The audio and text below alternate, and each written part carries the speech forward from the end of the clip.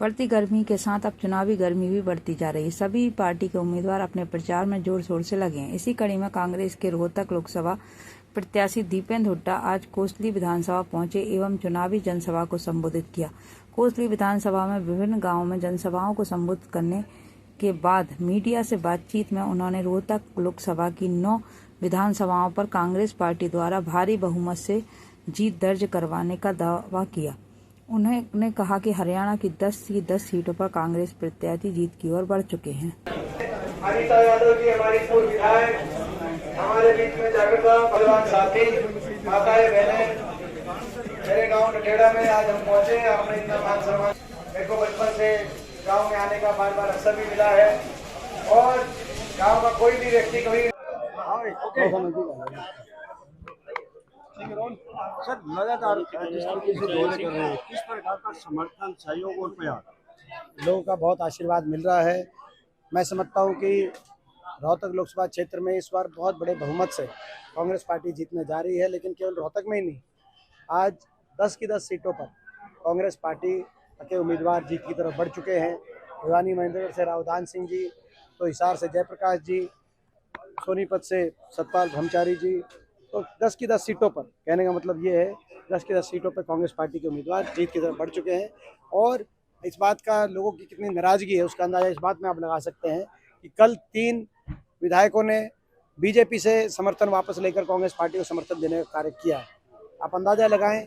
और ये इनमें से ये करनाल और कुरुक्षेत्र के 2 विधायक में शामिल है। इस बात का अंदाजा लगाएं।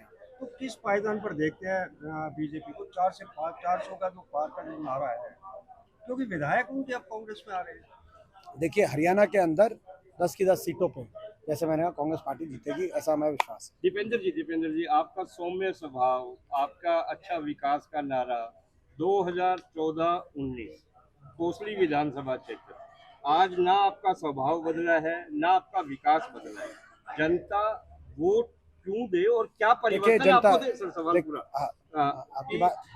जनता जो है आपको वोट जो देना चाहती है उसमें क्या परिवर्तन, एक अच्छा वक्ता, एक अच्छा श्रोता और जस्टिफाई भी करता है, तो क्या चीज दिख रहा है? देखिए, जनता तुलना करके देखती है। जब यहाँ से मुझे अवसर मिला था तो अपने क्षेत्र को आगे लेके जाने के लिए जो मैंने काम किए थे वो भी जनता के आगे हैं, और मेरा इतने वर्षों का जो आचरण है वो भी जनता के बीच में है।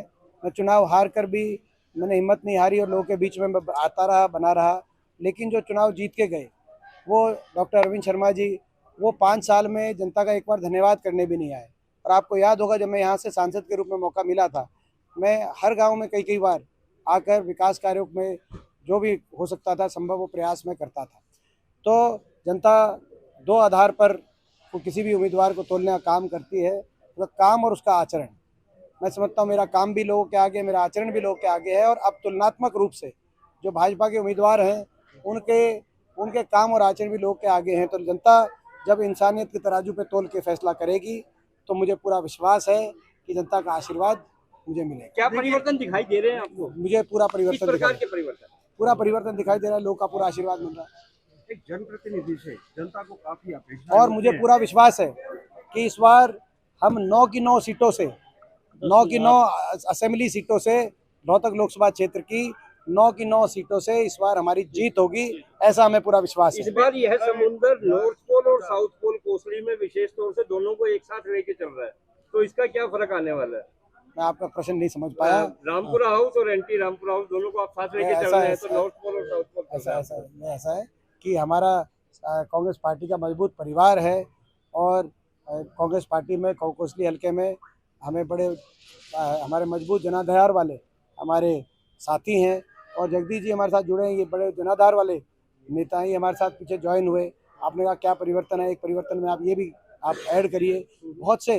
तो मैं समझता हूँ सभी लोग मिलजुल कर एक ही लक्ष्य में, चाहे जगदीश जी हों, चाहे राव यादवेंद्र जी हों, चाहे अनीता जी हों, वो भी यहाँ से करेंगे। तो सभी हम लोग मिलजुल के यही प्रयत्नशील हैं कि आने वाला समय कांग्रेस पार्टी का समय है।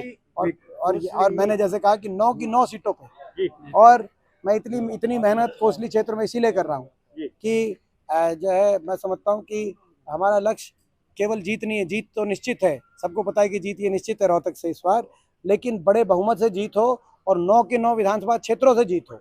इसीलिए कोसली क्षेत्र मेरे दिल का इतना नज़दीक है, मेरी कर्म भूमि रहा है और इसीलिए मैं कोसली में इतनी मेहनत कर रहा हूँ। दीपेंद्र जी, कोसली विकास के मामले में उपेक्षा का शिकार रहा पिछले 10 सालों की बात करें और जनता को काफी अपेक्षाएं हैं आपसे, क्या रणनीति रहेगी? देखिए, आपने देखा होगा, मैंने अपना जो तुलनात्मक अपना एक वो दिया है चार्ट, वो भी आपने देखा होगा। मैं केवल एक शिक्षा का उदाहरण दूं।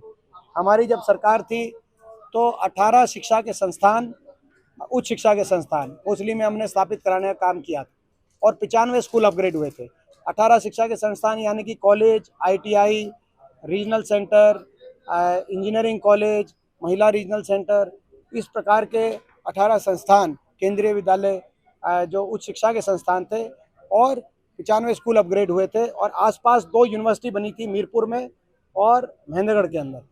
दुर्भाग्य से यूनिवर्सिटी विश्वविद्यालय बनने की तो दूर की बात है, इस खट्टर सरकार के 10 वर्ष में दक्षिण हरियाणा में कोई नई यूनिवर्सिटी तो एक दूर की बात है, कोई कॉलेज और ITI छोड़ो, कोसली में एक नया स्कूल भी इन 10 वर्ष के अंदर नहीं बन पाया।